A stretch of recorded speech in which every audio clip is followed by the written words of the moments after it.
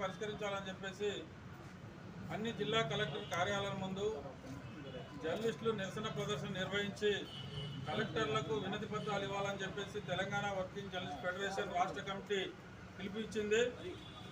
ఈ పిలుపు మేరకు ఇవాళ అన్ని జిల్లాల్లో దాదాపు 33 జిల్లాల్లో కూడా మన జర్నలిస్టు మిత్రులంతా నిరసన ప్రదర్శన చేస్తున్నారు. ఇప్పటికే మాకు రిపోర్ట్ వచ్చింది. దాదాపు అన్ని జిల్లా కలెక్టర్ కార్యాలయం ముందు నిరసన ప్రదర్శన చేసి కలెక్టర్లకు వినతి పత్రాలు ఇవ్వడం జరుగుతుంది. ప్రధానంగా ఏంటంటే గత ప్రభుత్వం మనకు మోసం చేసింది, దాదాపు 10 ఏళ్ళు జర్నలిస్టులకు తీరని అన్యాయం చేసిందని చెప్పేసి మనం తీవ్ర ఆందోళనతో ఉన్నాం. కాంగ్రెస్ ప్రభుత్వాన్ని ఏదో రకంగా మనం కూడా సపోర్ట్ చేసి ప్రభుత్వం మారాలని చెప్పేసి కాంగ్రెస్ ప్రభుత్వం రావడానికి మనం కూడా జర్నలిస్టులను ఎంతో సహకరించాం. ఒకవైపు తెలంగాణ రాష్ట్రం రావడానికి ఆనాడు జర్నలిస్టులు చాలా ప్రయత్నం చేశారు.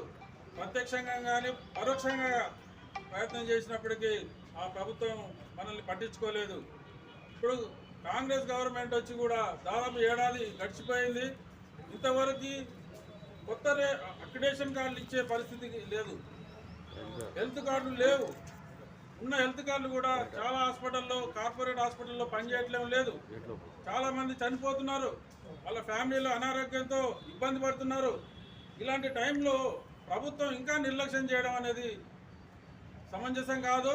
అందుకనే ఒకటే ఆలోచించాం,